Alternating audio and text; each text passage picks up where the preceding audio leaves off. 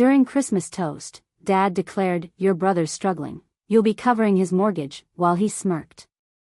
6 months later, that same brother was begging me not to foreclose on the house I'd secretly bought from under him.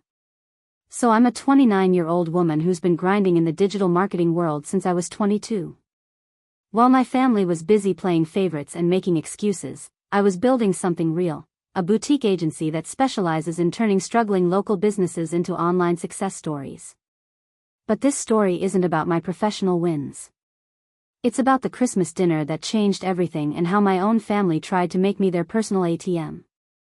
Before we jump back in, tell us where you're tuning in from, and if this story touches you, make sure you're subscribed, because tomorrow, I've saved something extra special for you. Let me paint you a picture of my family dynamics. My dad, Richard Ashford, owns a successful accounting firm in Millfield Heights, one of those old-school guys who believes hard work always pays off, except when it comes to his precious golden boy. My mom, Patricia, is the eternal peacekeeper who'd rather enable bad behavior than deal with uncomfortable conversations. And then there's my older brother, Trevor. Trevor is 32 and has been the family favorite since birth. Good-looking, charming, naturally gifted at sports, the kind of guy who coasted through life expecting everything to be handed to him. While I was studying until 2 a.m. and working part-time jobs through college, Trevor was partying his way through a business degree that Dad paid for in full. When I graduated with a marketing degree and $40,000 in student loans, Trevor got a brand new BMW and a guaranteed position at one of Dad's client companies. For years, I watched this pattern play out. Trevor would mess up, make poor decisions, or just plain get lazy, and somehow it was always someone else's fault.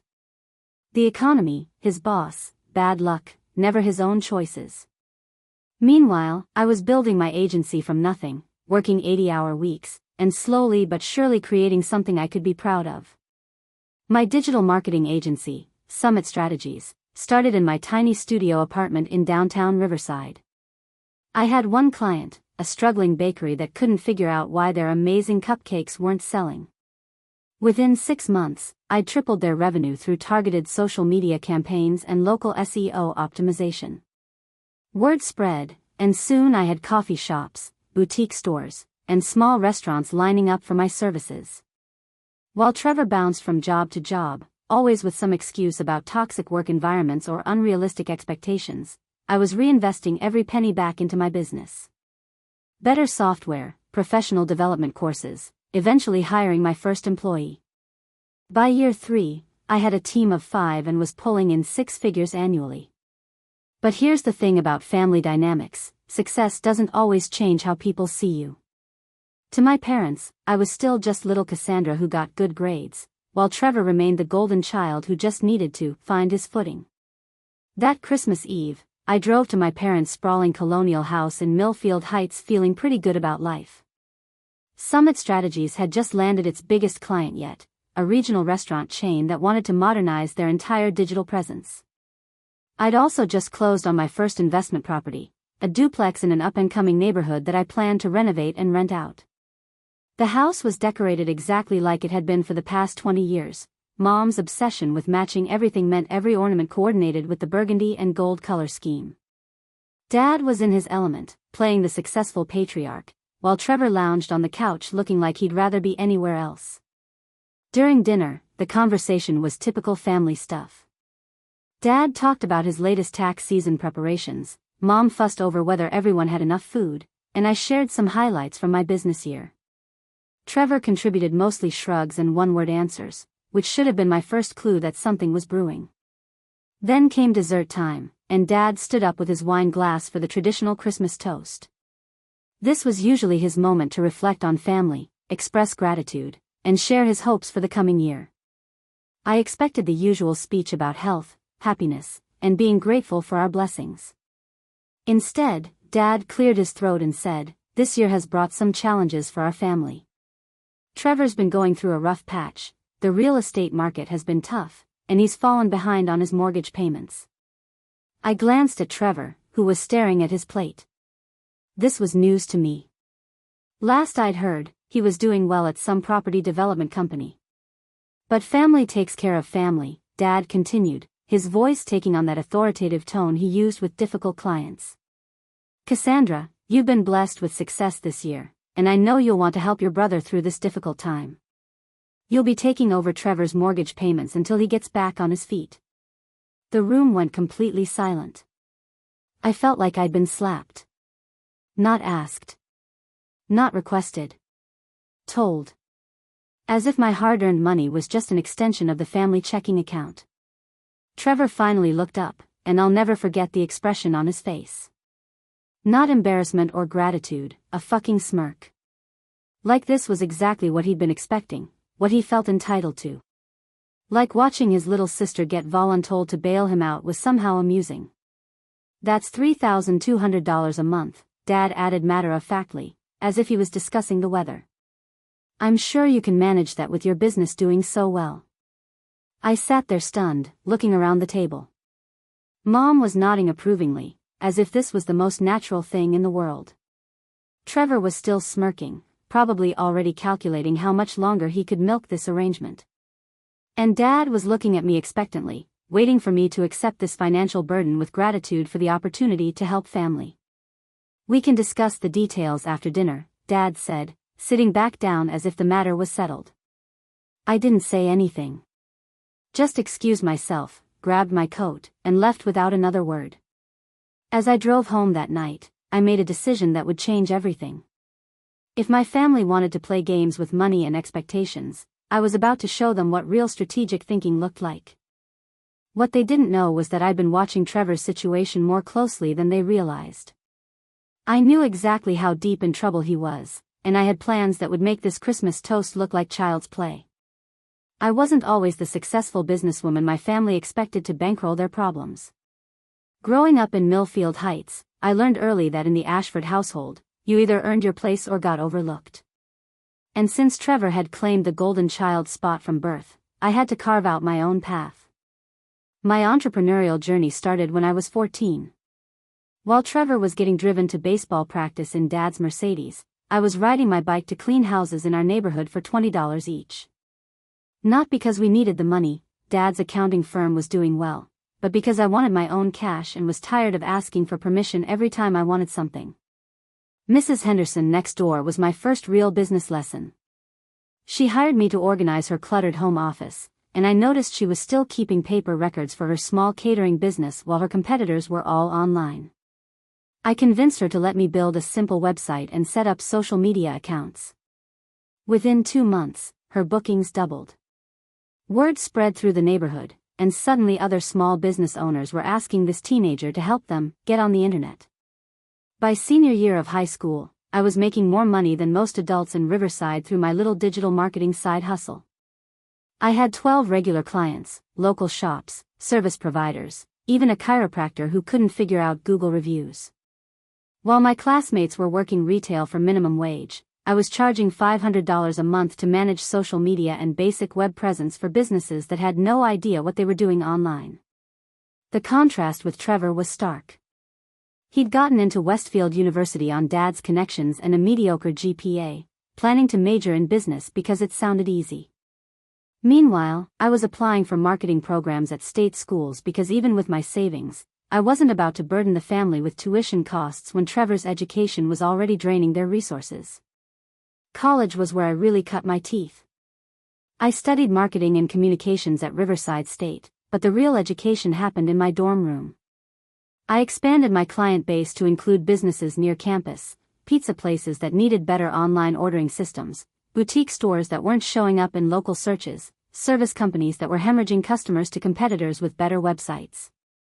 My professors noticed my practical experience and started referring struggling local businesses to me for consulting projects. What started as homework assignments became paid contracts. By sophomore year, I was earning enough to cover my living expenses and most of my tuition. The most important lesson came from a failing family restaurant called Gino's Kitchen. The owner, Frank Torino, was third-generation Italian-American whose grandfather had built a neighborhood institution. But Frank was stubborn about modern nonsense and refused to adapt to how customers actually found restaurants in 2018.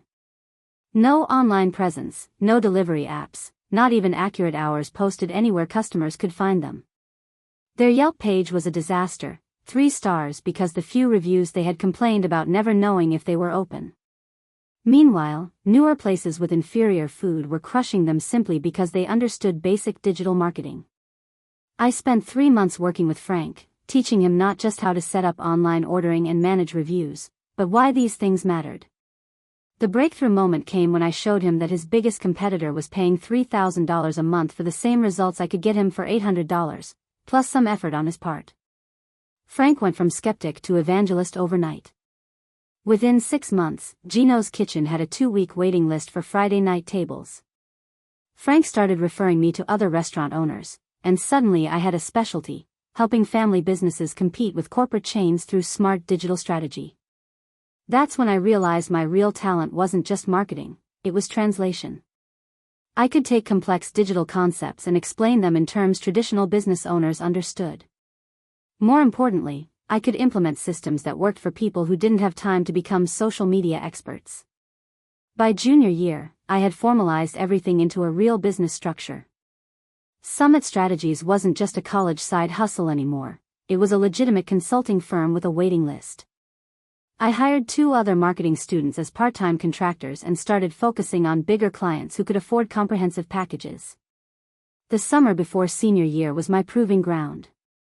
Instead of taking unpaid internships like most of my classmates, I ran Summit Strategies full-time. I landed a contract with a regional home improvement company that had 8 locations but 0 online coordination. Each branch was doing their own thing, different websites, inconsistent branding, competing against each other in Google Ads. I spent 3 months standardizing their entire digital presence, training their staff, and implementing systems that let them function as one cohesive company online. Their combined revenue increased 40% that quarter, and they offered me a full-time position at graduation. I turned them down. By senior year, Summit Strategies was generating more revenue than most entry-level marketing jobs would pay, and I had a vision for scaling it that no corporate position could match. Meanwhile, Trevor was struggling through his business degree at a private college that cost twice what my education did. Dad constantly worried about Trevor's grades, his motivation, his plans after graduation. Family dinners were endless discussions about finding Trevor the right opportunities, the right connections, the right path to success. My success was acknowledged but never celebrated the same way. When I told them I'd landed the home improvement contract, Dad's response was, "That's nice, honey. Trevor, did you hear back about that internship?" I graduated summa cum laude with a business plan, 12 ongoing clients, and enough savings to rent my first real office space. Trevor graduated with a 2.8 GPA, no job prospects, and an expectation that Dad's network would somehow transform him into a successful businessman. That fall, I moved Summit Strategies into a small office in downtown Riverside's emerging tech district. 2 rooms, 4 employees, and a 5-year plan that would either make me wealthy or teach me expensive lessons about business failure. I was 22 years old, debt-free, and building something I could control completely. Trevor moved back home. For the next 7 years, I watched this pattern repeat over and over. I'd hit new milestones: first 6-figure year, first major corporate client, first employee profit-sharing program, while Trevor bounced between positions that Dad's contacts helped him secure. Every family gathering included updates on my business growth and explanations for Trevor's latest career transition. I never resented the work. Building Summit Strategies from nothing taught me everything about persistence, strategic thinking, and the satisfaction of creating value for clients who genuinely appreciated it. Every late night, every difficult client, every expensive mistake was an investment in skills that nobody could take away from me. What I didn't realize was how much my family had been watching my success and seeing it not as my achievement, but as their insurance policy. In their minds, my hard work hadn't just built me a business, it had created a family resource that could solve problems for everyone else. That Christmas toast wasn't a request for help. It was a bill coming due for years of being the responsible one. By the time I turned 26, Summit Strategies had evolved from a scrappy startup into something I genuinely hadn't expected, a legitimate player in the regional digital marketing space. What started as helping neighborhood businesses get online had grown into comprehensive digital transformation projects for companies with serious budgets and even more serious expectations. The breakthrough came when I landed Cascade Manufacturing as a client. They were a mid-sized industrial equipment company that had been operating the same way since 1987, word-of-mouth referrals, trade show booths, and a website that looked like it was built during the dial-up era. Their biggest competitor had just launched an aggressive digital campaign that was eating into their market share, and suddenly the old-school approach wasn't cutting it anymore.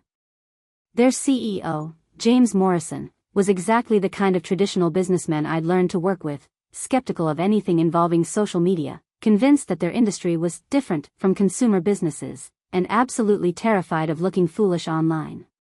Our first meeting lasted 3 hours, with me explaining why industrial equipment buyers still used Google to research vendors, even for million-dollar purchases. The project took 8 months and completely transformed how they approached customer acquisition.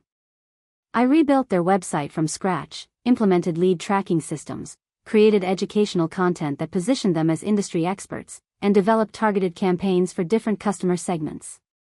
By the end of the first quarter after launch, their qualified leads had increased 180%, and more importantly, their average deal size had grown because clients were coming to them already educated about their premium services. James became my best referral source. Industrial companies are incredibly networked. They all know each other, attend the same trade shows, and talk constantly about vendors and strategies. When a respected CEO starts telling his peers that some young woman completely revolutionized his business development process, other CEOs listen.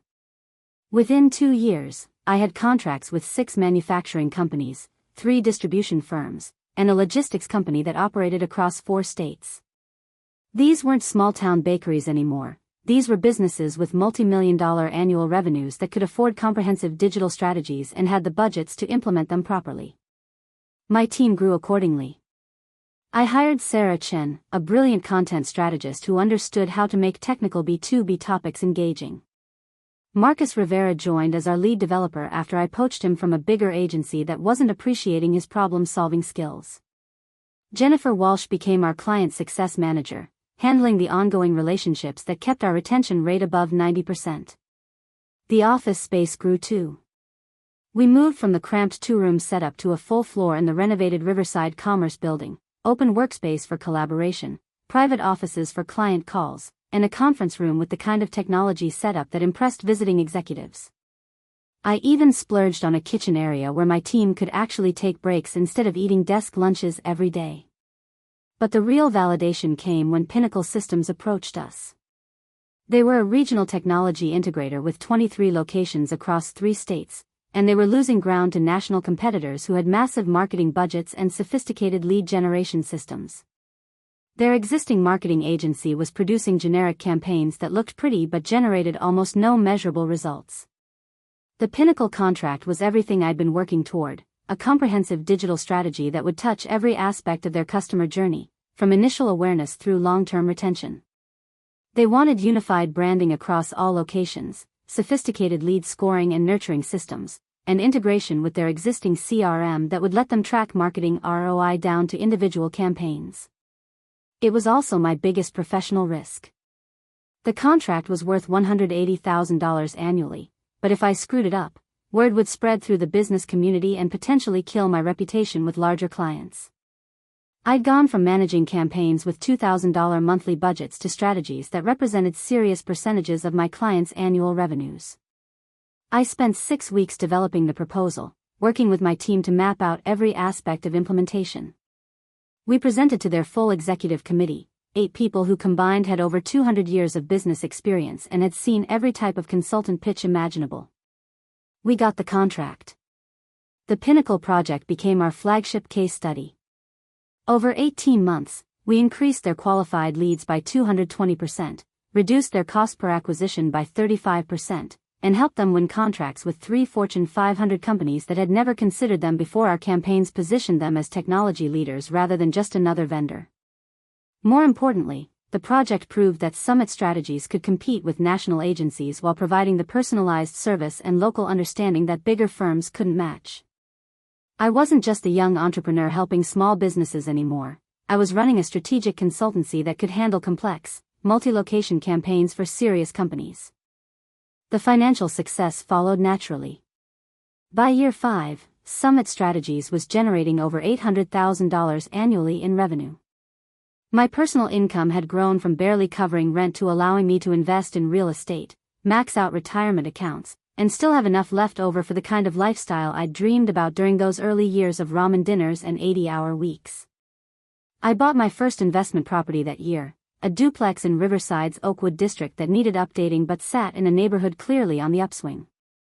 Young professionals were moving in, new restaurants were opening, and property values were climbing steadily.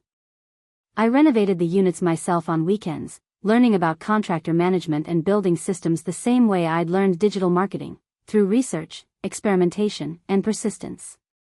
The duplex led to a second property 6 months later, then a third. I wasn't trying to become a real estate mogul, but I recognized good investments when I saw them, and I had the cash flow to take advantage of opportunities. Each property generated passive income that reduced my dependence on client work, even though the business itself was thriving. Family gatherings during this period were interesting studies in selective attention. Dad would ask polite questions about the business, but the conversations always shifted quickly to Trevor's latest employment situation or Mom's volunteer work. My success was acknowledged but not celebrated. It was simply expected that Cassandra would continue being responsible and successful, the same way it was expected that Trevor would continue needing support and encouragement. I started bringing detailed updates about major client wins, thinking that maybe concrete achievements would earn the same enthusiasm that Trevor's job interviews received. When I landed the Pinnacle contract, I explained the significance during Sunday dinner, how it represented validation of our capabilities, how it would fund our expansion into new service areas, how it proved that Summit Strategies could compete with agencies in major markets. Dad nodded approvingly and said, "That's wonderful, honey. Very impressive." Then he immediately turned to Trevor to ask about his latest position at a property development company that one of Dad's golf partners had recommended him for. The pattern was so consistent that I eventually stopped trying to make my achievements feel important to them. They loved me, supported me in general terms, and were proud of my independence. But they didn't understand the business world I'd entered, and they didn't see my success as something extraordinary, just Cassandra being Cassandra, handling her responsibilities efficiently. Which made the Christmas toast even more infuriating in retrospect. They'd been watching me build something significant for years, treating it as a given rather than an achievement. And when Trevor's predictable irresponsibility finally hit a crisis point, their solution was to treat my hard-earned income as the family emergency fund.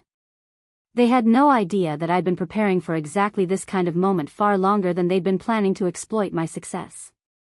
The catalyst that would eventually destroy my family's comfortable dynamics came in the form of a seemingly innocent introduction at the Millfield Heights Country Club's annual charity auction. I'd only attended because my client, James Morrison from Cascade Manufacturing, had specifically requested that I accompany his team to an event where several potential prospects would be gathering.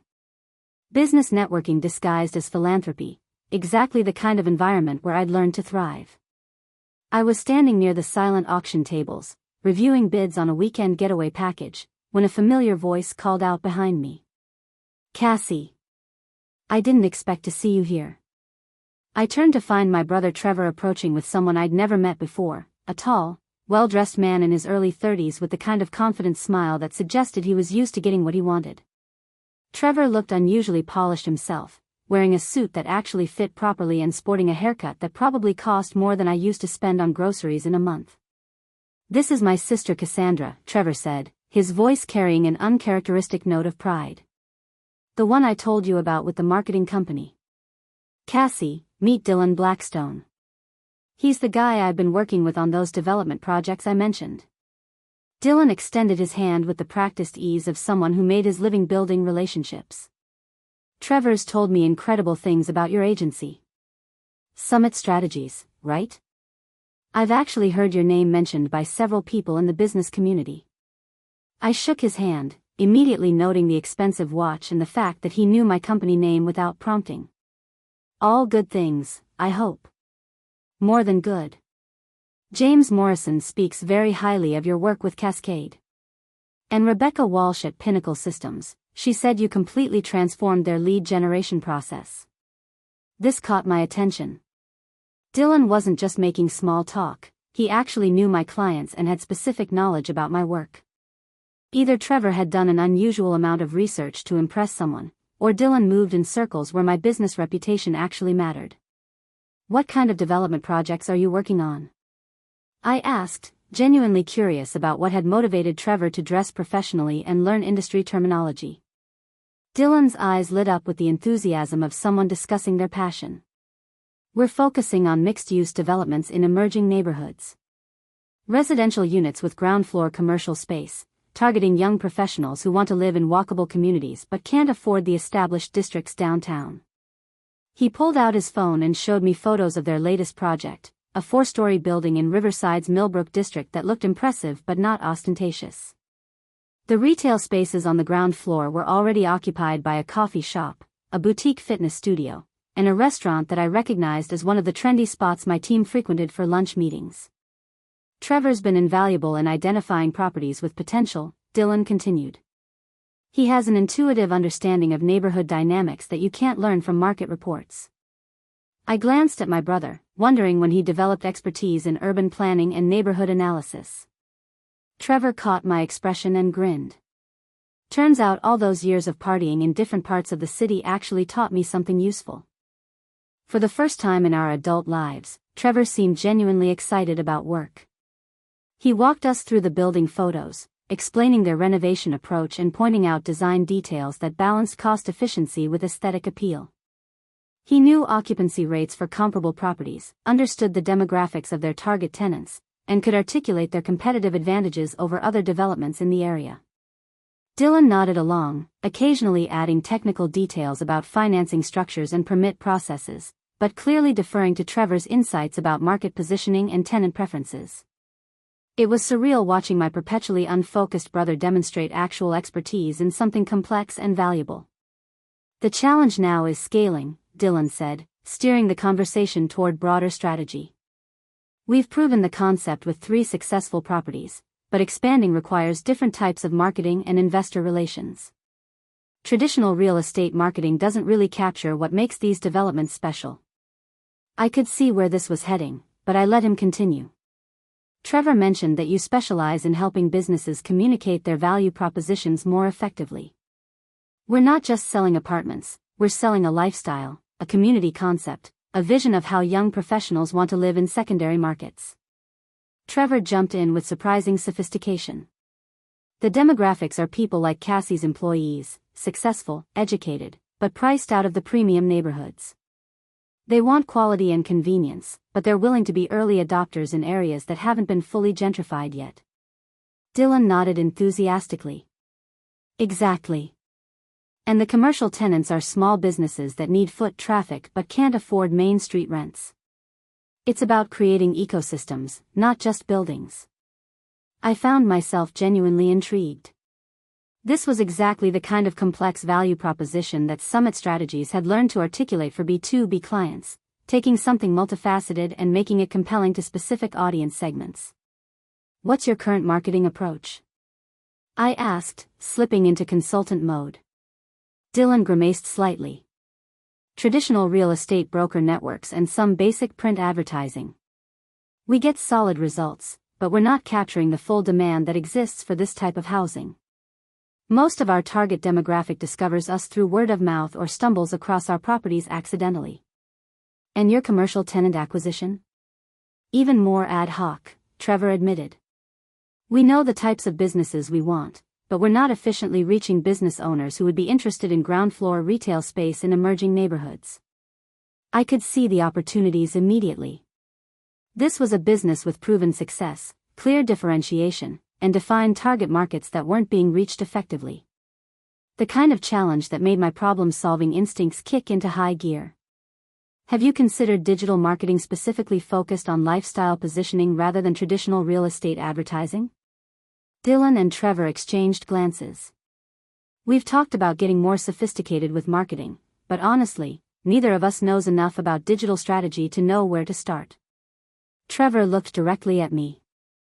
That's actually why I was hoping we'd run into you tonight. Dylan's been asking about potentially working with your agency. The invitation hung in the air between us. This would be my first real estate client, but the fundamental challenge was the same as any other business: helping a company with a strong product reach the right customers more efficiently. More importantly, this would be the first time in our adult lives that Trevor and I were potentially working toward the same goal. He'd found something he was genuinely good at, and I had skills that could help him succeed at it. "I'd be interested in learning more about your expansion plans," I said. "Why don't we set up a proper meeting to discuss what a marketing strategy might look like?" Dylan extended his business card with obvious relief. "I was hoping you'd say that. Trevor's been telling me for months that his sister could solve our growth challenges." As we wrapped up the conversation, I felt something I hadn't experienced with Trevor since we were kids: genuine respect for his professional capabilities. He'd found a business partner who valued his insights, developed expertise in a complex industry, and positioned himself as a key contributor to something successful. For the first time in years, family dynamics felt like they might be shifting towards something more balanced. Trevor was building something legitimate, and I could potentially help him succeed at it.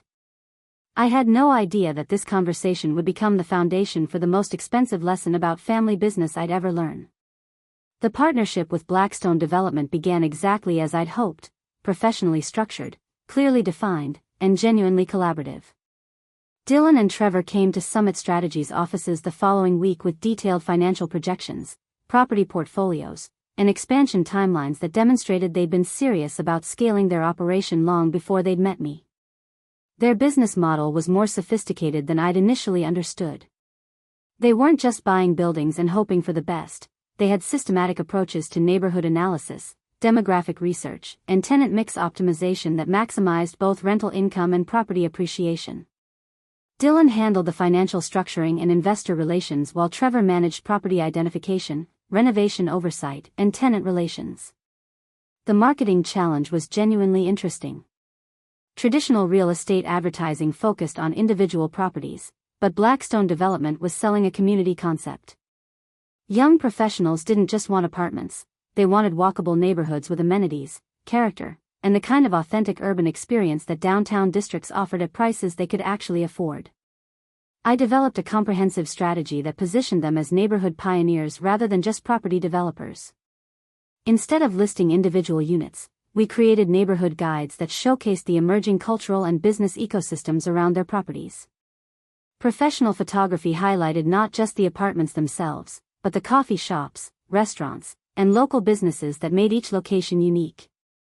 The digital campaigns were targeted precisely at the demographics Trevor had identified: marketing professionals, healthcare workers, tech employees, and other college-educated professionals in their 20s and early 30s who were being priced out of established neighborhoods but weren't willing to compromise on lifestyle quality. For the commercial tenant acquisition, we developed separate campaigns targeting small business owners who needed retail space but couldn't afford premium locations. Restaurants looking for their second location, fitness studios expanding beyond their original sites, boutique retailers wanting to test new markets, all businesses that could thrive with the right foot traffic but needed affordable rent to make their economics work. The results exceeded everyone's expectations. Within 3 months, their average time to lease dropped from 4 months to 6 weeks. More importantly, they were attracting exactly the tenant mix they wanted: young professionals who treated their apartments as homes rather than just places to sleep, and small businesses that actively contributed to the neighborhood character they were trying to create. Trevor was thriving in ways I'd never seen before. He'd found a role that utilized his natural social skills and intuitive understanding of what people wanted in their living environments. His ability to walk through a neighborhood and envision how it could evolve, combined with his talent for connecting with potential tenants on a personal level, made him invaluable to their operation. The financial success followed quickly. Their occupancy rates improved, their rental prices increased due to higher demand, and their properties appreciated faster because the neighborhoods themselves were becoming more desirable. Dylan's investors were impressed enough to approve funding for 6 additional properties over the next 18 months. For my agency, the Blackstone account became our showcase for creative B2B marketing. Other real estate companies started approaching us after seeing their campaigns, and we developed expertise in lifestyle-based property marketing that differentiated us from traditional advertising agencies. More personally, working with Trevor transformed our relationship in ways I hadn't anticipated. For the first time in our adult lives, we were collaborating as equals rather than me watching him struggle while I succeeded. He respected my professional expertise, and I gained genuine appreciation for his business instincts and relationship-building abilities. Family dinners became more balanced during this period. Instead of the usual pattern where I shared business updates that received polite acknowledgement while Trevor's employment situations dominated conversation, both of us had meaningful professional developments to discuss. Dad was clearly pleased that Trevor had found something he was genuinely good at, and Mom loved that her children were working together successfully. The collaboration extended beyond the official client relationship. Trevor started referring other business contacts to Summit Strategies, entrepreneurs he'd met through Dylan's investor network, small business owners who were opening locations in their developments, even some of Dad's accounting clients who needed digital marketing help. For the first time, Trevor was actively contributing to my business growth rather than just being the family member I occasionally worried about. I also began learning about real estate investment from Trevor and Dylan's perspective. They walked me through their property analysis processes, taught me how to evaluate neighborhoods for development potential, and included me in discussions about market trends and investment strategies. My own real estate investments became more sophisticated as I applied their insights to my property acquisitions. The partnership also exposed me to Dylan's investor network, successful professionals and business owners who appreciated sophisticated marketing strategies and had budgets to implement them properly. Several became Summit Strategies clients, and others provided introductions that led to some of our largest contracts. By the one-year mark, Blackstone Development had become one of our anchor accounts, generating steady monthly revenue while requiring minimal ongoing oversight once our systems were established. Trevor had evolved from my occasionally problematic brother into a legitimate business partner who contributed value to both our companies. The success created momentum that extended beyond our immediate collaboration. Dylan began involving both of us in discussions about expanding into other markets, secondary cities where the same mixed-use development model could work but would require local market understanding and sophisticated marketing to establish credibility with both tenants and investors. Trevor's enthusiasm for these expansion conversations was infectious. He'd identified potential markets in 3 neighboring states, had already begun building relationships with local contractors and real estate professionals, and was developing expertise in the regulatory differences between municipalities. His transformation from directionless job hopper to strategic business developer was complete and genuinely impressive. I found myself looking forward to our monthly strategy meetings in ways that had nothing to do with the client revenue they represented. Working with Trevor when he was operating at his highest level reminded me why I'd always believed he had potential. He just needed to find the right environment to channel his natural talents. The financial benefits were substantial for both of us. Trevor's income had increased dramatically as Blackstone's success grew, and he was earning equity participation in their projects that would pay off significantly as the properties appreciated. My agency was generating consistent revenue from their account while building expertise that attracted other high-value clients. More importantly, our family dynamics had shifted towards something that felt healthier and more sustainable. We were both successful professionals who contributed value to each other's businesses, and our parents could finally take pride in both their children's achievements without having to make excuses or manage disappointments. I genuinely believed we'd found a formula that worked for everyone: professional collaboration that honored our different strengths while creating mutual benefit, family relationships based on respect rather than obligation, and financial success that enhanced rather than complicated our personal connections. What I didn't understand was how quickly success could become entitlement, and how family business partnerships could disguise fundamental differences in values and work ethic until the stakes became high enough to matter. The first crack in our golden partnership appeared during a seemingly routine quarterly review meeting in late spring. Dylan had called the session to discuss expanding into the Westbrook market, a college town about 2 hours south of Riverside that he'd identified as having the perfect demographics for their mixed-use developments. The meeting was held at Blackstone's offices, a renovated warehouse space that perfectly embodied their brand, industrial aesthetics with modern functionality. I arrived with detailed market research I'd conducted over the previous 2 weeks, including demographic analysis, competitor assessment, and preliminary marketing budget projections. Trevor was already there, lounging in one of the leather chairs with his feet up on the conference table, scrolling through his phone while Dylan reviewed financial documents. "Sorry I'm late," I said, though I was actually 5 minutes early. Traffic was heavier than expected. Trevor glanced up briefly. "No worries, we haven't started yet. Dylan's just going through some investor stuff." Something in his tone felt different, casual in a way that suggested he'd been spending more time in this office than our collaboration strictly required. The easy familiarity with which he occupied the space made me wonder how often he was here when I wasn't. Dylan looked up from his laptop with his usual professional smile. "Cassandra, perfect timing. I was just reviewing our Q1 numbers, and they're even better than we projected. Occupancy rates are at 96%, and we're seeing consistent rent increases across all properties." "That's fantastic," I replied, settling into my chair and opening my laptop. "The digital campaigns are performing well beyond our initial benchmarks. Cost per qualified lead is down 23% from last quarter." Trevor finally put his phone away and joined the conversation. "Yeah, the marketing stuff is great. But Dylan and I have been talking about some bigger picture issues for the Westbrook expansion."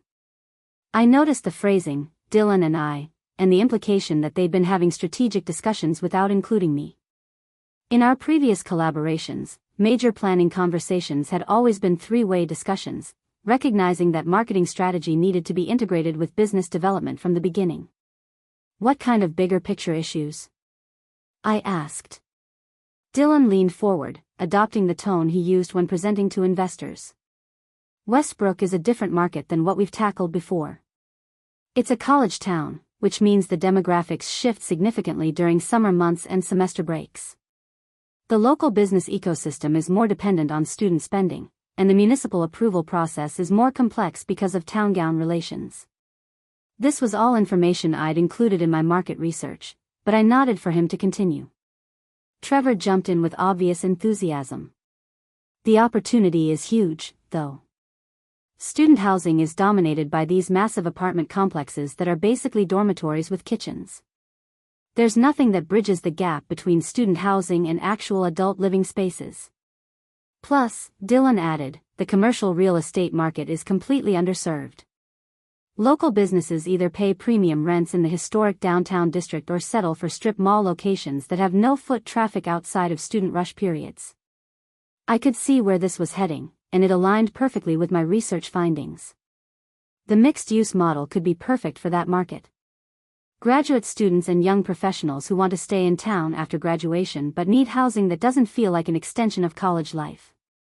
"Exactly," Trevor said, but his excitement seemed forced. "The thing is, Westbrook is going to require a completely different approach than what we've been doing here." Dylan nodded seriously. "We're going to need someone on the ground there full-time. Someone who understands the local market dynamics and can build relationships with the municipal officials, local business community, and university administrators." I waited for them to explain how this affected our marketing strategy, but instead, Trevor continued in a direction I hadn't anticipated. "I'm going to relocate to Westbrook for the next 18 months to oversee the expansion. Dylan's lined up 3 potential properties, and I'll be managing everything from acquisition through lease-up." This was the first I'd heard of Trevor moving to another city. That's a significant commitment. How will it affect our collaboration on the marketing side? Dylan and Trevor exchanged a glance that lasted a fraction too long.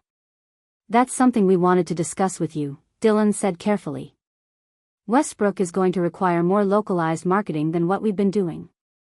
University partnerships, community event sponsorships, relationship-based business development rather than digital campaigns." Trevor leaned back in his chair with a confidence I'd rarely seen from him. "I'll be handling most of the marketing and tenant relations directly. It's really more of a community engagement role than a traditional marketing challenge." I felt something cold settling in my stomach. "What exactly are you saying?" "We're saying the Westbrook expansion probably won't need Summit Strategies' involvement," Dylan said with the diplomatic tone of someone delivering unwelcome news. "It's nothing personal, your work here has been exceptional. It's just a different market that requires different approaches." Trevor nodded along as if this was the most reasonable thing in the world. "Plus, it'll give me a chance to really prove myself as a business developer. Dylan thinks I'm ready to take on more responsibility." Preparing and narrating this story took us a lot of time, so if you are enjoying it, subscribe to our channel, it means a lot to us. Now back to the story. The dismissal was polite but unmistakable.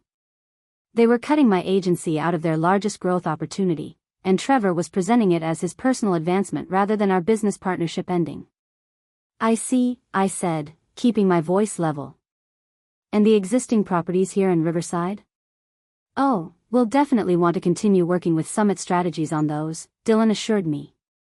"They're performing great, and we don't want to fix what isn't broken." What he meant was they wanted to keep me managing the boring, established accounts while they pursued the exciting new opportunities without sharing the credit or the higher fees that expansion projects commanded. Trevor must have noticed my expression because he shifted into the patronizing tone he'd used when we were kids, and he was explaining why he couldn't include me in whatever he and his friends were doing. "Come on, Cassie. You have to admit that Westbrook is a pretty specialized situation. It's not really the kind of digital marketing challenge that plays to Summit Strategies' strengths." The condescension was breathtaking.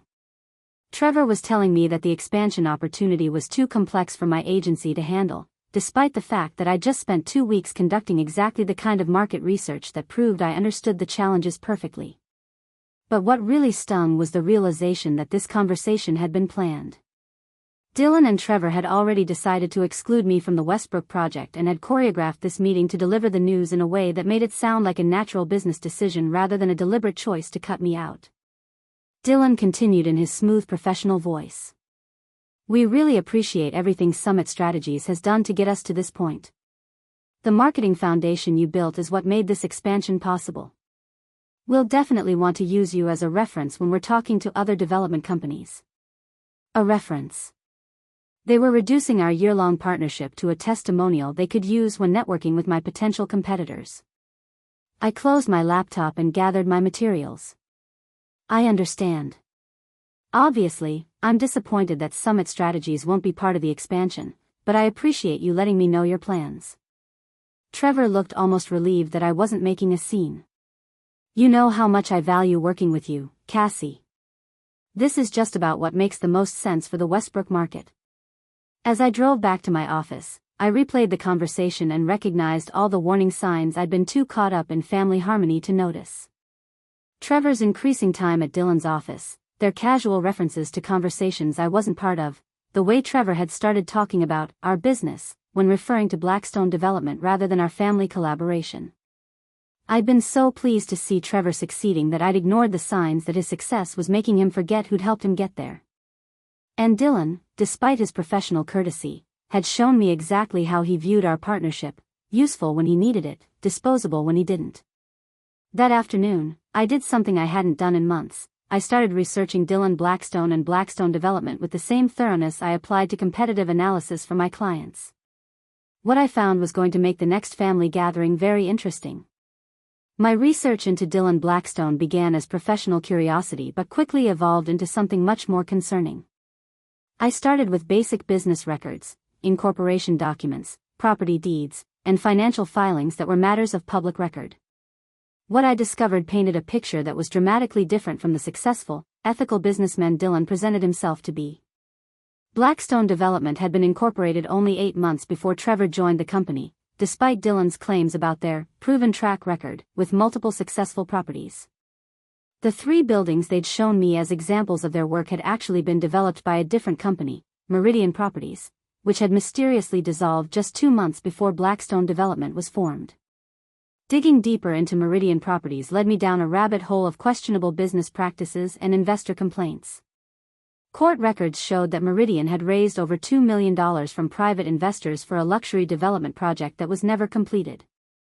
Instead, the funds had been used to purchase and renovate the 3 buildings Dylan had claimed as Blackstone's success stories. The pattern was sophisticated and disturbing. Dylan would form a development company, raise investor capital for ambitious projects, use the money for smaller acquisitions that generated quick returns, then dissolve the company before investors realized their original projects were never going to happen. He'd done this cycle at least 3 times in the past 5 years, always managing to stay just within the bounds of what was technically legal while consistently screwing over the people who trusted him with their money. What made it worse was discovering Trevor's role in this scheme. He wasn't the talented business developer I'd believed him to be, he was Dylan's front man for attracting new investors. Trevor's natural charm and my family's reputation in the community made him perfect for building trust with potential victims. The most recent investor group included several people I recognized from the country club and local business community. James Morrison from Cascade Manufacturing had invested $150,000. Rebecca Walsh from Pinnacle Systems had put in $75,000. These were my clients, successful business people who'd trusted Trevor's recommendation and Dylan's presentations to risk significant personal wealth on development projects that would never break ground. The Westbrook expansion was the next iteration of Dylan's con. He'd raised $1.8 million from investors for a mixed-use development project that would supposedly transform downtown Westbrook into a thriving urban village. The timeline called for breaking ground on the first building within 6 months, but the property acquisitions Dylan had described to me hadn't actually happened yet. Instead, Dylan was planning to use the Westbrook investment funds to purchase and renovate smaller properties in Riverside that would generate immediate rental income while he delayed the Westbrook project indefinitely. Eventually, he'd dissolve Blackstone Development, form a new company, and repeat the cycle with different investors and a different market. Trevor's move to Westbrook was designed to keep him away from the local investor community while Dylan managed the diversion of funds. By the time investors realized their money wasn't being used as promised, Trevor would be established in a new city with plausible deniability about the financial mismanagement. But the most devastating discovery came when I accessed Trevor's personal financial records through a background check service I used for client verification. Trevor's income from Blackstone Development wasn't commission-based earnings from successful property sales. It was structured as consulting fees that Dylan paid regardless of actual business performance. Trevor was earning $8,000 monthly plus bonuses for investor referrals, funded directly from investor capital rather than operational profits. My brother wasn't building a legitimate business career. He was being paid to recruit victims for Dylan's investment fraud, and he was either too naive to understand the scheme or too greedy to care about the consequences. The worst part was recognizing how I'd contributed to their credibility. Summit Strategies marketing campaigns had helped Blackstone Development appear more established and successful than they actually were. The professional website, targeted advertising, and case studies I'd created were being used to convince investors that Dylan's company had a track record of success and a sophisticated approach to property development. My own professional reputation was being leveraged to defraud people who trusted my judgment. Some of the investors had specifically mentioned seeing our marketing materials as part of their decision to invest with Dylan. I spent the next week verifying every piece of information I'd uncovered, hoping I'd made mistakes or misunderstood the situation somehow. But each additional document confirmed the same disturbing pattern. Dylan Blackstone was a serial con artist who specialized in real estate investment fraud, and Trevor was either his willing accomplice or his useful idiot. The question was what to do with this information. Confronting Trevor directly would give Dylan time to cover his tracks and potentially accelerate whatever timeline he had for disappearing with the current round of investor funds. Going to the police might protect future victims but wouldn't help the people who'd already invested money they couldn't afford to lose. The decision was made for me when I received a call from James Morrison on a Friday afternoon in early June. "Cassandra, I hope you don't mind me calling directly," he said, his voice carrying an unusual tension. "I wanted to ask you about the Blackstone Development project I invested in through your brother's recommendation." My stomach dropped. "What specifically did you want to know about?" Dylan promised that construction on the Westbrook property would begin by July 1st, but when I drove down there last weekend to see the site, there was no evidence of any preparation work. The lot he showed me in the presentation photos doesn't even appear to be for sale. I closed my eyes, realizing that Dylan's timeline was accelerating faster than I'd anticipated. "James, I think we need to have a conversation about Blackstone Development that goes beyond their marketing strategy." "What do you mean?" "I mean, I've discovered some information about Dylan's business practices that I think you and the other investors need to know about immediately." The silence on the other end of the phone lasted long enough that I wondered if the call had dropped. When James finally spoke, his voice was carefully controlled. "Are you telling me that my $150,000 investment is in jeopardy?" "I'm telling you that based on what I've uncovered, Blackstone Development is not the company Dylan represented it to be, and the Westbrook project may not exist in any meaningful form." Another long pause. "Can you meet me tomorrow morning?" "And Cassandra, this conversation needs to include Rebecca Walsh and the other investors who got involved based on your brother's recommendations." After hanging up, I sat in my office staring at Trevor's business card, which still sat on my desk from our last meeting. In a few hours, I was going to destroy my brother's reputation and possibly send him to prison. The Trevor I'd grown up with, irresponsible and immature, but not malicious, might have been naive enough to get caught up in Dylan's scheme without understanding the consequences. But the Trevor who'd sat in that conference room cutting me out of the Westbrook expansion, who'd patronizingly explained that the opportunity was too sophisticated for my agency to handle, who dismissed our partnership as soon as he thought he had something better, that Trevor had made his choice. I picked up my phone and called my lawyer to discuss the legal implications of what I was about to do. The family dynamics that had frustrated me for years were about to get much more complicated. The investor meeting took place on a Saturday morning at James Morrison's law firm offices in downtown Riverside. The conference room felt heavy with tension as 7 people who'd trusted Trevor's recommendations sat around a mahogany table reviewing the evidence I'd compiled about Dylan's fraudulent schemes. Rebecca Walsh from Pinnacle Systems was the first to break the silence after I finished my presentation. So you're telling us that the 3 successful properties Dylan showed us weren't actually developed by Blackstone Development? That's correct, I replied, sliding copies of the incorporation documents across the table. Those properties were developed by Meridian Properties, which Dylan dissolved after taking investor money for projects that were never completed. Dr. Patricia Henley, a local pediatrician who'd invested $85,000, stared at the documents with the expression of someone trying to process an impossible diagnosis. But Trevor walked me through the entire business model. He explained their renovation process, their tenant acquisition strategies, their financial projections. He couldn't have fabricated all of that detail. James Morrison leaned forward with the grim focus that had made him successful in manufacturing. Unless Trevor was coached on what to say, or unless he's more involved in this fraud than Cassandra realizes. The implication hung in the air like smoke. These people had trusted Trevor because he was my brother, and they'd trusted me because of the professional relationship we'd built over years of successful marketing campaigns. Now they were wondering whether I'd been complicit in their deception or just another victim of my family's dysfunction. I need to know, said Robert Chen, an accountant who'd invested $60,000. When did you first become aware of these irregularities in Dylan's business practices? The question I'd been dreading. I began investigating Dylan's background 2 weeks ago, after they informed me that Summit Strategies wouldn't be involved in the Westbrook expansion. Several people exchanged glances. The timeline meant I discovered the fraud after Trevor had already cut me out of the lucrative new project, which made my motivation suspect. So you're saying, Dr. Henley said carefully, that you uncovered this information only after your business relationship with Dylan ended? I understand how that appears, I replied, maintaining eye contact with each person around the table. But the reason I investigated Dylan's background was because something felt wrong about how they handled the business relationship termination. The dismissive way they treated our marketing partnership made me question other aspects of their operations. Rebecca spoke up with the analytical tone that had made her successful in technology management. Regardless of Cassandra's motivations for investigating, we need to focus on the facts she's uncovered. Dylan Blackstone has a documented pattern of investment fraud spanning 5 years. The Westbrook project we invested in doesn't appear to exist in any meaningful form.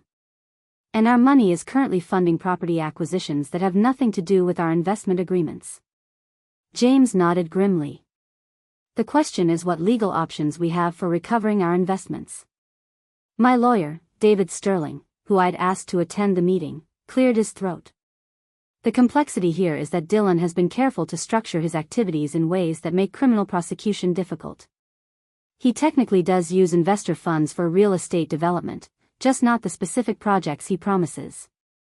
Civil recovery will be challenging because the money has been converted into property assets rather than simply stolen. What about Trevor? Asked Robert. What's his legal exposure in this situation?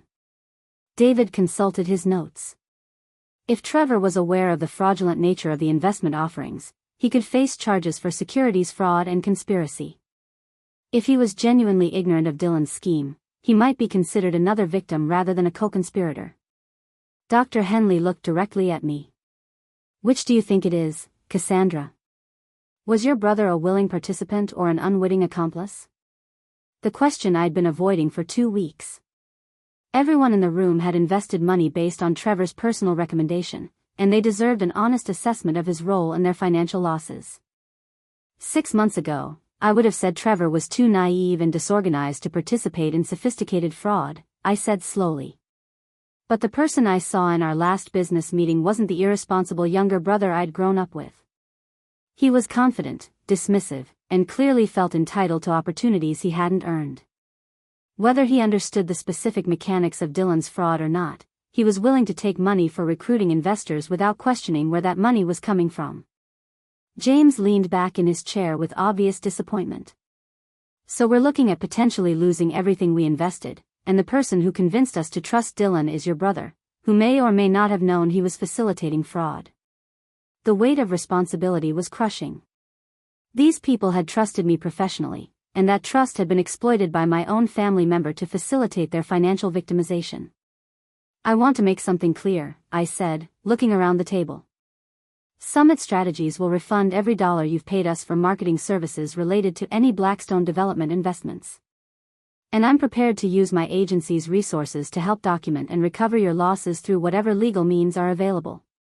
Rebecca shook her head. This isn't about the marketing fees, Cassandra. Your agency provided the services we contracted for. This is about the much larger amounts we invested based on representations that turned out to be false. David Sterling interjected. There may be one avenue for recovery that could be effective. If we can demonstrate that Dylan used investor funds to purchase properties in his own name rather than holding them in trust for the investment group, we might be able to force the sale of those assets to compensate investors. What would that require?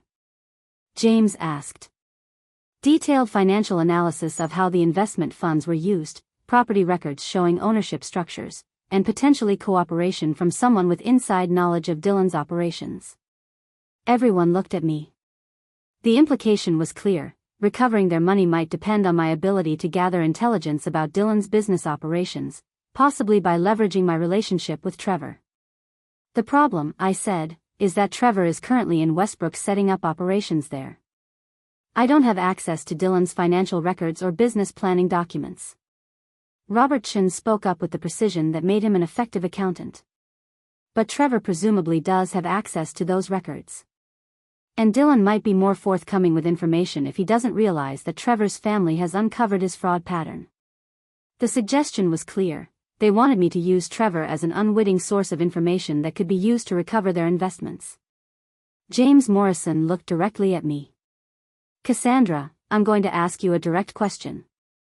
Are you willing to help us recover our money, even if it means potentially sending your brother to prison? The question crystallized everything that had been building for years. My family had always expected me to be responsible for solving problems created by Trevor's irresponsibility. But this time, the stakes weren't just embarrassment or disappointment, they were serious criminal charges and financial ruin for people who'd trusted my family's integrity. Yes, I said without hesitation. I'll help you recover your money.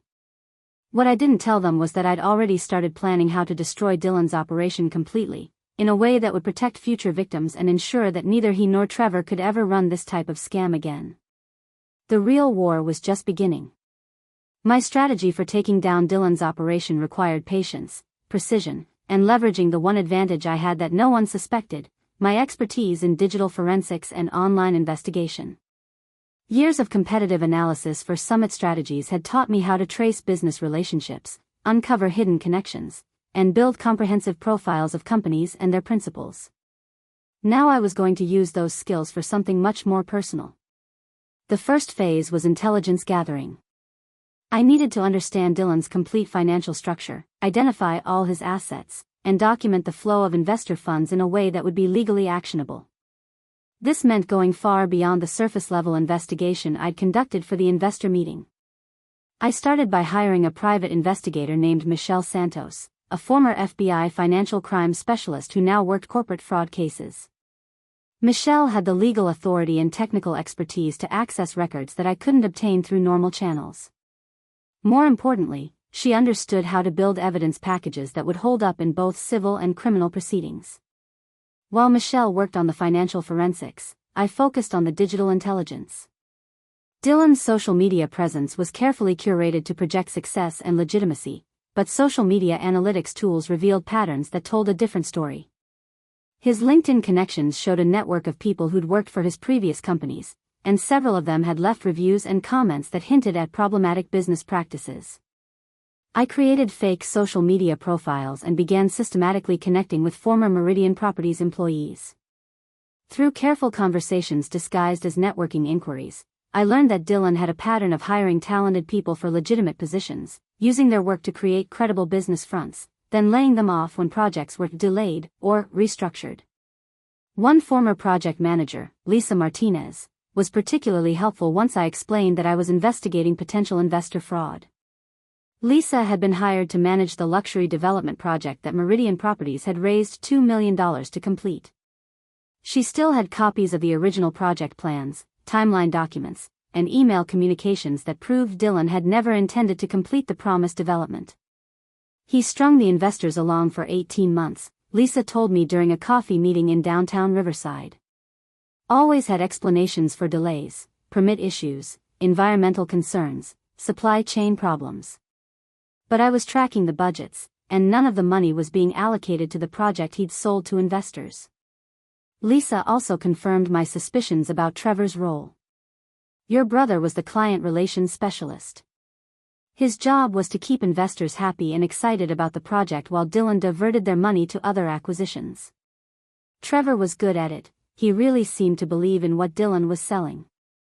This was crucial intelligence. Trevor wasn't necessarily a knowing conspirator, but he was definitely Dylan's tool for maintaining investor confidence while funds were being misused. The legal distinction might matter for criminal charges, but it didn't change the fact that Trevor was profiting from other people's financial losses. The second phase of my strategy was disrupting Dylan's current operations without alerting him to the investigation. This required more creativity and a willingness to operate in legal gray areas that I wouldn't normally consider. I began by targeting Dylan's investor pipeline. Through Michelle's investigation, I'd learned that Dylan was actively courting new investors for additional Westbrook projects that would supposedly complement the original mixed-use development. These potential investors included several prominent business owners in neighboring cities who wouldn't know about the concerns in Riverside. Using anonymous email accounts and carefully crafted social media posts, I began seeding information about Dylan's track record into business networking forums and local investment groups. Nothing that could be traced back to me, but enough credible information to make sophisticated investors ask the right questions before committing funds. I also used Summit Strategies' digital marketing expertise to boost the search engine visibility of public records related to Dylan's previous companies. When potential investors searched for Dylan Blackstone or Blackstone Development, they would now find court documents, business dissolution records, and other public information that painted a much different picture than Dylan's polished presentations. The third phase was the most dangerous, gathering real-time intelligence about Dylan and Trevor's activities in Westbrook. This required me to travel there under the pretense of exploring business opportunities for other clients, while actually conducting surveillance and building relationships with local officials who might have information about Blackstone Development's operations. Westbrook turned out to be even more fertile ground for Dylan's schemes than I'd realized.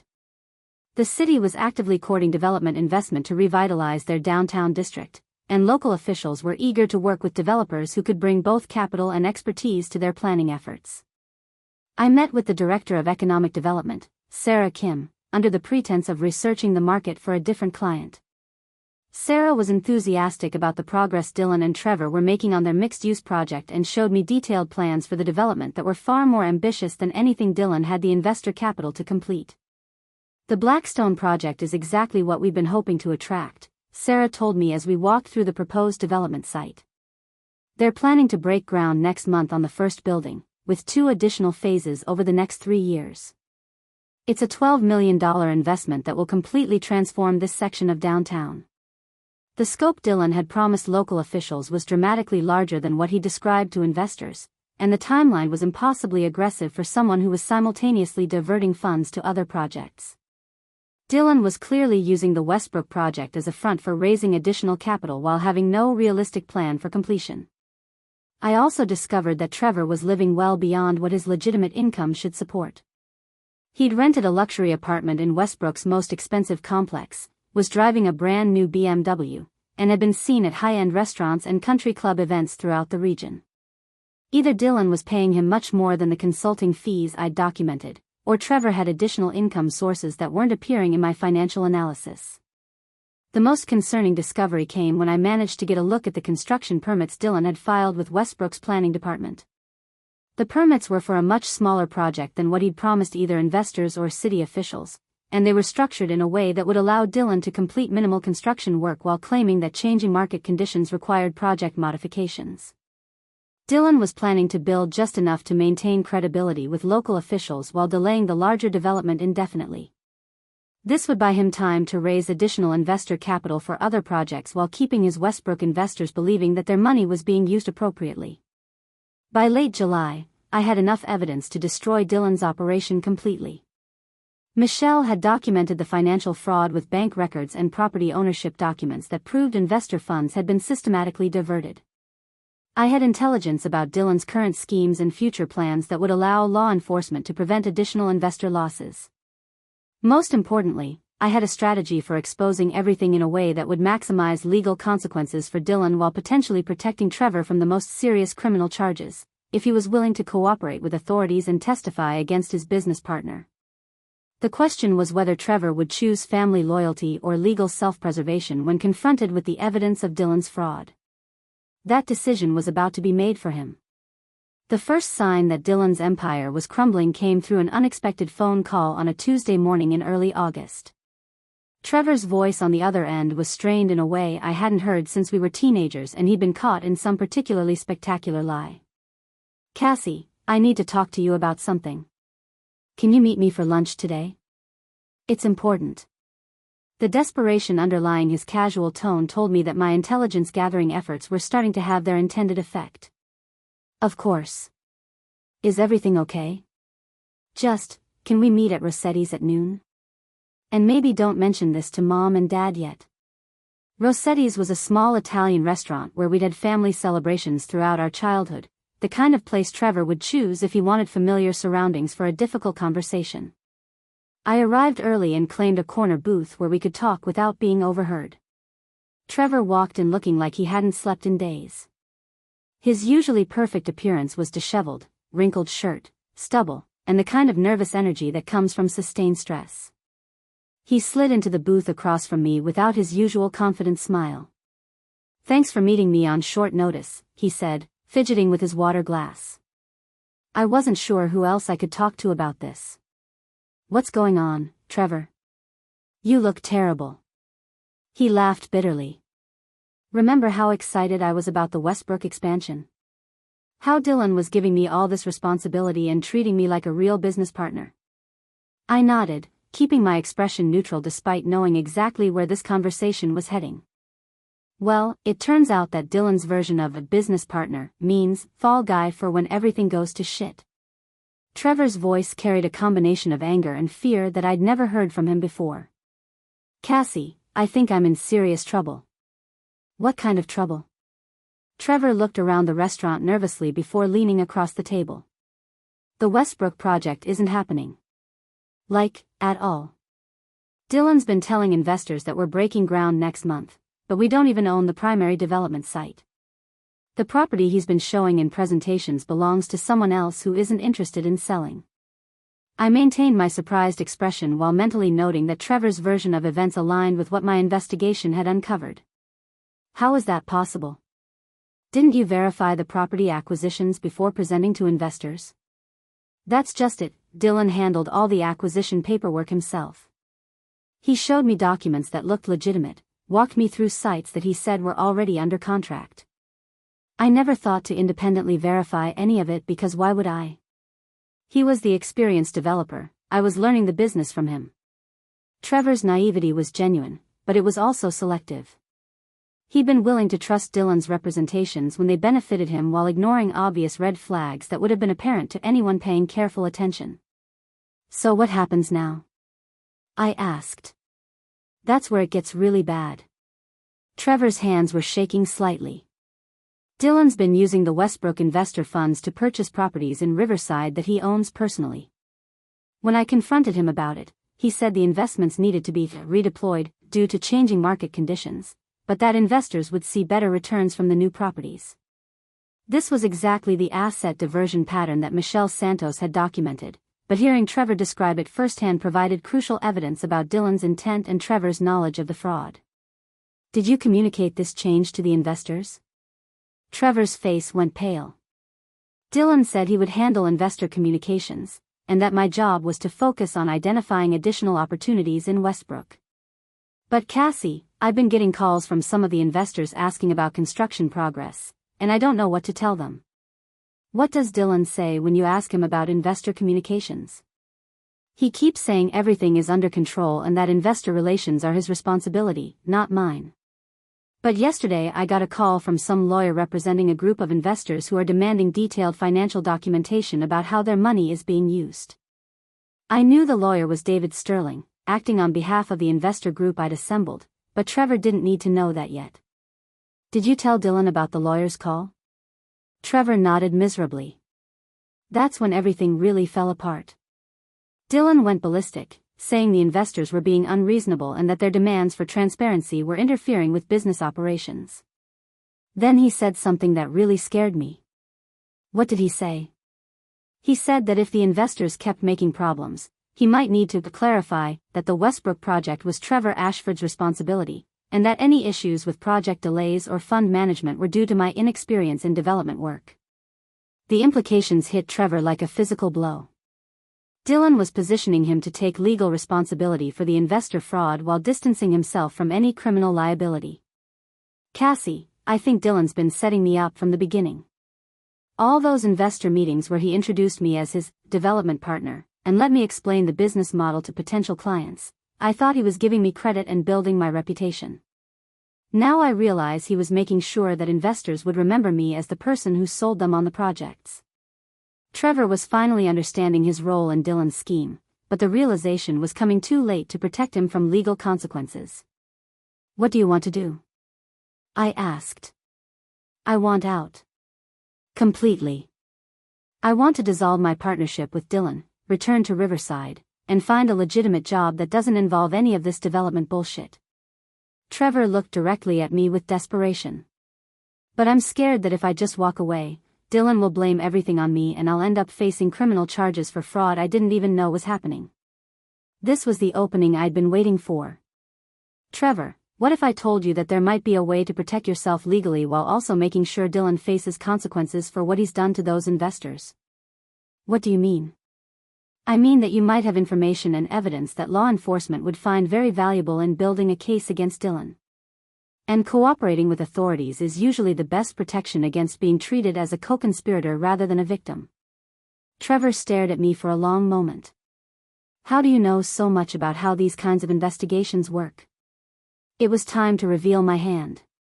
Because I've been investigating Dylan's business practices for the past month, and I've uncovered evidence of systematic investor fraud going back 5 years. The lawyer who called you yesterday represents investors who've lost over $400,000 based on Dylan's false representations about Blackstone development projects. The color drained completely from Trevor's face. You've been investigating Dylan? Why didn't you tell me? Because until today, I wasn't sure whether you were Dylan's victim or his accomplice. Trevor sat in stunned silence, processing the implications of what I'd revealed. Finally, he spoke in a barely audible voice. What happens to me now? That depends on whether you're willing to help authorities build a case against Dylan, and whether you're prepared to testify honestly about everything you've observed over the past year. Trevor closed his eyes. If I cooperate, will that protect me from going to prison? I can't guarantee anything, but cooperation is usually the difference between being treated as a conspirator versus being treated as a victim who was manipulated into participating in someone else's crimes. When Trevor opened his eyes, I saw something I'd never seen from him before, genuine acceptance of responsibility for his choices. Okay. Tell me what I need to do. The complete destruction of Dylan's operation took 3 weeks to unfold, but the results exceeded even my most optimistic expectations. Trevor's cooperation with federal investigators provided the missing piece that transformed a civil fraud case into a criminal conspiracy prosecution with multiple felony charges. Working with FBI Financial Crimes Specialist Agent Patricia Romano, Trevor wore recording devices during his final meetings with Dylan in Westbrook. The conversations captured Dylan explicitly instructing Trevor to mislead investors about project timelines, to deflect questions about fund usage, and to recruit new investors using false information about Blackstone Development's track record. Most damning was Dylan's recorded admission that he'd never intended to complete the Westbrook project as promised to investors. "These people want to believe they're funding the next big development success story," Dylan said during one recorded conversation. "Our job is to keep them believing that until we've extracted maximum value from their capital." The FBI moved quickly once they had sufficient evidence. Dylan was arrested at his Riverside office on charges of securities fraud, conspiracy, and money laundering. Federal agents simultaneously executed search warrants on all properties purchased with investor funds, freezing Dylan's assets pending criminal proceedings and civil recovery actions. Trevor testified before a federal grand jury, providing detailed information about Dylan's business operations, investor recruitment strategies, and the systematic diversion of funds from promised projects to personal acquisitions. His cooperation earned him immunity from criminal prosecution in exchange for full testimony and restitution payments to defrauded investors. The asset recovery process yielded better results than anyone had expected. Michelle Santos's forensic accounting work had documented exactly which properties Dylan had purchased with specific investor funds, allowing federal authorities to seize assets worth $2.1 million. After legal fees and administrative costs, investors recovered approximately 85% of their original investments, a remarkably successful outcome for a fraud case. James Morrison called me personally when he received his recovery check.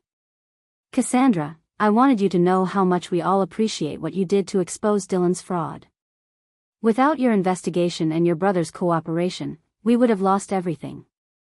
The professional vindication felt good, but the personal consequences were more complex.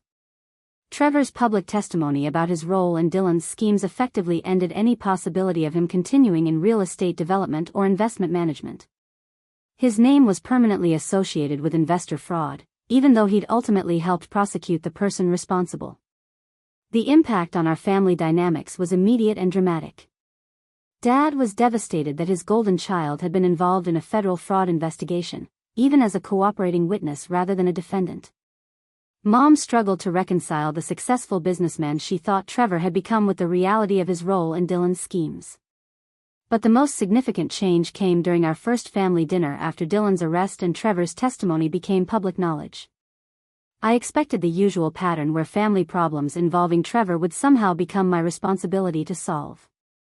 Instead, something unprecedented happened. "Trevor," Dad said with uncharacteristic directness, "you need to take full responsibility for your poor judgment and the people you chose to associate with. Cassandra is not responsible for fixing the consequences of your decisions." Mom nodded in agreement. "We've enabled your irresponsibility for too long. It's time for you to rebuild your reputation and career based on your own efforts, without expecting the family to provide financial support or business connections." Trevor, to his credit, accepted their position without argument. "I know I screwed up. I let my eagerness to finally be successful cloud my judgment about Dylan's character and business practices. I need to rebuild my life based on honest work and legitimate opportunities." The psychological shift was profound. For the first time in our adult lives, our parents were holding Trevor accountable for his choices while acknowledging that my success hadn't obligated me to solve his problems. Trevor moved back to Riverside and took a position as a sales associate at a legitimate real estate brokerage, starting over at entry level with full disclosure of his involvement in the Dylan Blackstone case. His income dropped dramatically, but he was building experience in legitimate real estate transactions while slowly rebuilding his professional reputation. More importantly, he never asked me for financial help during his transition period. When he struggled with rent payments during his first few months of reduced income, he moved into a smaller apartment and took a part-time evening job rather than expecting family bailouts. The change in Trevor's attitude was genuine and lasting. 6 months after Dylan's arrest, Trevor called to congratulate me on Summit Strategies landing a major contract with a regional healthcare system. It was the first time he'd called specifically to celebrate my professional achievement without asking for anything in return. "I wanted you to know that I'm proud of what you've built," he said during that conversation. I spent so many years resenting your success because it made my failures more obvious. I never appreciated how much work and skill went into building Summit strategies until I started trying to rebuild my own career from nothing. Our relationship evolved into something more balanced and genuine than it had ever been. Trevor understood the value of hard work and ethical business practices in ways that years of family lectures had never taught him. I gained respect for his willingness to accept consequences and start over rather than looking for shortcuts or excuses. The professional benefits extended beyond the Dillon case resolution. Summit strategies gained significant credibility in the business community for exposing the fraud and helping victims recover their losses. Several new clients hired us specifically because they'd heard about our integrity during the investigation. I also met my current business partner through the Dillon case aftermath. Michelle Santos, the private investigator who'd handled the financial forensics, was impressed enough with our collaboration to propose a formal partnership between Summit Strategies and her investigative firm. We now offer comprehensive business intelligence services that help clients avoid fraudulent partnerships and identify legitimate investment opportunities. As for the Christmas toast that started this entire saga, it never happened. By December, our family dynamics had shifted completely. Dad's annual speech focused on taking responsibility for our individual choices and supporting each other's legitimate efforts rather than enabling poor decisions. Trevor was working his entry-level real estate position and building a reputation for honest dealing and thorough client service. I was running Summit strategies with expanded capabilities and a client base that valued integrity as much as results. When Dad raised his wine glass that Christmas Eve, his words were simple and direct: to learning from our mistakes and building something better. The toast acknowledged that we'd all participated in family dynamics that hadn't served anyone well, and that we were committed to healthier patterns going forward. Trevor never asked me to cover anyone's mortgage again. Instead, he spent Christmas dinner asking intelligent questions about my business strategy and offering to refer potential clients who might benefit from Summit Strategies services. The conversation was professional, respectful, and genuine, everything our previous interactions had never been. As I drove home that night, I reflected on how the family crisis that had threatened to destroy my financial security had ultimately created the honest relationships I'd wanted my entire adult life. Sometimes the best revenge is helping people become the version of themselves they should have been all along. Up next, you've got 2 more standout stories right on your screen.